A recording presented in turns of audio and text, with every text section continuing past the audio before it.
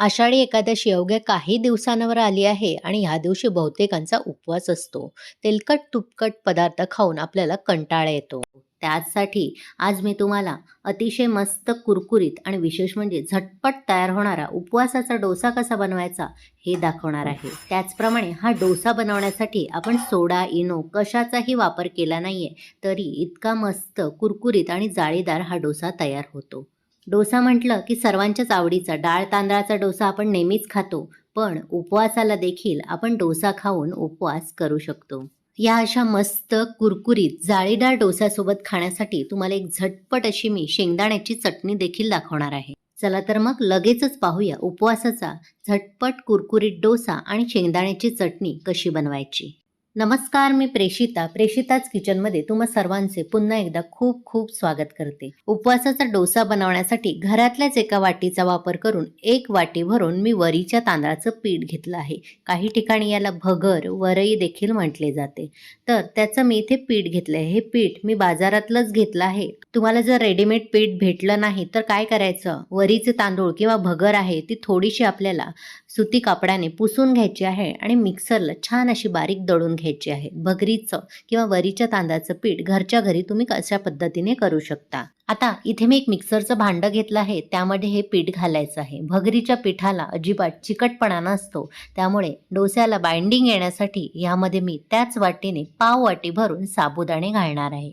हे साबुदाणे मी भाजून वगैरे घेतले नाहीत. आता हे साबुदाणे आणि भगरीचं पीठ आपल्याला मिक्सरला बारीक वाटून घ्यायचं आहे. हे बघा, इथे मी दोन्ही पदार्थ छान असे मिक्सरला बारीक करून घेतले आहेत. अजिबात इथे साबुदाणे अख्खे राहिलेले नाही, सोबत एकजीव झाले आहेत. असंच आपल्याला पीठ बारीक करून घ्यायचं आहे. आता ज्या वाटीने आपण भगरीचं पीठ आणि साबुदाणे मोजून घेतलेलं त्याच वाटीने पाऊण वाटी भरून इथे मी दही घालणार आहे. हे दही फार आंबट नाही, आंबट दही असेल तर अर्धी वाटीच घालायचं आहे. त्यानंतर त्याच वाटीने आपल्याला अर्धी वाटी भरून यामध्ये पाणी घालायचं आहे. सर्वात शेवटी चवीप्रमाणे मीठ घालायचं आहे आणि हे सर्व आपल्याला मिक्सरला चांगलं एकजीव करून घ्यायचं आहे. आता मिक्सरला वाटून घेतलेलं डोस्याचं मिश्रण एका बाउलमध्ये मी काढून घेणार आहे. मिक्सरला चांगलं फिरवल्यामुळे तुम्ही बघू शकता असं चांगलं ते हलकं झालं आहे आणि त्यावर तुम्ही बुडबुडे सुद्धा बघू शकता. इथे मी अजिबात सोडा किंवा इनोचा वापर केला नाही, तरी देखील मिक्सरला हे मिश्रण छान असं 2-3 मिनिटं फिरवून घ्यायचं. मग छान होतं आणि छान डोसे आपले जाळीदार होतात. आता एका पळीने हे मिश्रण व्यवस्थित आपल्याला एकजीव करून घ्यायचं आहे. हे बघा, मिश्रणाची कन्सिस्टन्सी बघा, फार जास्त पातळ नाही किंवा फार जास्त घट्ट नाही. नेहमी आपण जसे डाळ तांदळाचे डोसे करतो अगदी त्याच पद्धतीने आपल्याला हे मिश्रणाची कन्सिस्टन्सी ठेवायची आहे. आता हे तयार झालेलं डोस्याचं मिश्रण थोडा वेळ आपण बाजूला ठेवूया, तोपर्यंत आपण शेंगदाण्याची चटणी बनवूया. त्यासाठी मिक्सरच्या एका भांड्यामध्ये 1 वाटी भरून मी भाजून घेतलेले शेंगदाणे घेतले आहेत. त्यामध्ये पाव चमचा भरून जिरे घालायचे आहे आणि आपल्याला तिखटानुसार किंवा आवडीनुसार 2 हिरव्या मिरच्या घालायच्या आहेत. त्यानंतर ह्यामध्ये मी 2 चमचे भरून दही घालणार आहे. दही तुम्ही घालायचं असेल तर घालू शकता, फक्त पाणी घातलं तरी देखील चालेल. आणि थोडंसं गरजेनुसार अर्धी वाटी भरून पाणी घालणार आहे. आणि सर्वात शेवटी आपल्याला चवीनुसार मीठ घालायचं आहे. आता ह्याची छान अशी बारीक चटणी आपल्याला मिक्सरला वाटून घ्यायची आहे. वाटलेली चटणी एका बाउलमध्ये मी काढून घेणार आहे. तुम्ही ही चटणी अशीच नुसती खाऊ शकता, पण आज या चटणीवर मी एक फोडणी देणार आहे. त्यासाठी कडल्यामध्ये अर्धा चमचा भरून साजूक तूप कडकडीत गरम करून घेतला आहे आणि त्यामध्ये अर्धा चमचा भरून आपल्याला जिरे घालायचे आहे. जिरे छान तडतडू द्यायचे आणि लगेचच ही फोडणी आपल्याला या चटणीवर घालायची आहे. एका चमच्याने मिक्स करून घ्यायची आहे. इथे आपली झटपट अशी मस्त उपवासासाठी शेंगदाण्याची चटणी देखील तयार आहे. आता आपण डोसे बनवायला घेऊ. त्यासाठी गॅसवर मी एक तवा कडकडीत गरम करून घेतला आहे. आता त्यावर थोडंसं मी पाणी शिंपडून घेणार आहे आणि एखाद्या स्वच्छ अशा कापडाने ते पूर्णपणे पाणी आपल्याला पुसून घ्यायचं आहे. आता तयार केलेलं मिश्रण पुन्हा एकदा व्यवस्थित असं मिक्स करून घ्यायचं आणि तव्याच्या मध्यभागी बरोबर आपल्याला 1 ते 2 पळी हे मिश्रण घालायचं आहे आणि पळीने हलक्या हाताने असं गोलाकार फिरवत जितका पातळ आणि मोठा डोसा करता येईल तितका बनवून घ्यायचा.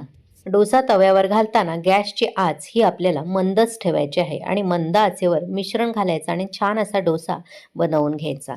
आता गॅसची आच इथे मंदच ठेवायची आहे आणि ह्या डोस्याचं वरचं आवरण कोरडं होईपर्यंत काही सेकंद वाट बघायची आहे. पिठाचा डोसा असल्यामुळे लगेचच कोरडा बनतो. थोडासा असा कोरडा झाला की वरून ह्यावर मी साजूक तूप घालणार आहे, म्हणजे डोस्याला सुद्धा छान चव येते आणि डोसा कुरकुरीत व्हायला देखील मदत होते. तुम्हाला जर उपवासाला तेल चालत असेल तर तेल घातलं तरी देखील चालेल. आता गॅसची आच आपल्याला मंदच ठेवायची आहे. सुरुवातीपासून शेवटपर्यंत गॅसची आच मंद ठेवायची आणि कडा सुटेपर्यंत आपल्याला डोसा असा शेकून घ्यायचा आहे. पुढच्या 2 मिनिटातच डोस्याच्या असा कडा सुटल्या जातात. आता हा डोसा आपण फोल्ड करून घेऊया. हा बघा किती छान सुंदर रंग आला आहे आणि कुरकुरीत आपला डोसा तयार झाला आहे. जवळून सुद्धा दाखवते. पहा किती छान असा जाळीदार आणि सुरेख अगदी उपवासाचा डोसा तयार झाला आहे. या डोस्याचा मी तुम्हाला आवाज सुद्धा ऐकवते. आवाजावरूनच तुम्हाला लक्षात येईल किती मस्त आणि कुरकुरीत आपला डोसा तयार झाला आहे. आता हा डोसा लगेचच मी काढून घेणार आहे. तुम्हाला आणखीन एक डोसा मी बनवून दाखवते. गॅसची आच मोठी ठेवायची आणि मोठ्या आचेवर तवा छान कडकडीत गरम करून घ्यायचा. एकदा तवा कडकडीत गरम झाला की त्यावर थोडंसं पाणी शिंपडून घ्यायचं आणि एखाद्या स्वच्छ कापडाने आपल्याला ते पुसून घ्यायचं आहे. एकदा पाणी पुसून झालं की लगेचच आपल्याला गॅसची आच मंद करायची आहे आणि मंद आचेवरच 1 ते 2 पळी डोस्याचं मिश्रण मध्यभागी घालून जितका पातळ आणि मोठा डोसा करता येईल तितका हलक्या हाताने आपल्याला तो पसरवून घ्यायचा आहे. आता मंद आचेवर डोस्याचं वरचं पीठ कोरडं होईपर्यंत वाट बघायची आहे. काही सेकंदातच पीठ कोरडं झालं की आवडीनुसार त्यावर साजूक तूप किंवा तेल लावून घ्यायचं आहे आणि छान कडा सुटेपर्यंत डोसा आपल्याला पुढचे 1 ते 2 मिनिटं शेकून घ्यायचं आहे. तुम्हाला माझी आजची ही उपवासाचा डोसा आणि शेंगदाण्याची चटणी बनवण्याची रेसिपी कशी वाटली? आवडली असेल तर एक लाईक करा, शेअर करा आणि प्रेषिताच किचनला सबस्क्राईब केलं नसेल तर लगेचच सबस्क्राईब करा. सोबतच नोटिफिकेशनचं ऑलचं बटन दाबा, जेणेकरून माझ्या अशाच सर्व रेसिपी तुम्हाला लगेचच पाहता येतील. दुसरा डोसा सुद्धा बघा किती मस्त जाळीदार आणि कुरकुरीत तयार झाला आहे. ह्याचा सुद्धा मी तुम्हाला आवाज ऐकून दाखवते. अशाच पद्धतीने सर्व डोसे मी बनवून घेणार आहे. इथे सुरुवातीला मी 3 डोसे बनवून घेतले आहेत आणि तिन्ही डोसे एका ताटामध्ये मी सर्व करून घेणार आहे आणि सोबत खाण्यासाठी मस्त अशी उपवासाची शेंगदाण्याची फोडणीवाली चटणी. हा डोसा बघा किती मस्त झाला आहे, जाळीदार आणि तितकाच कुरकुरीत.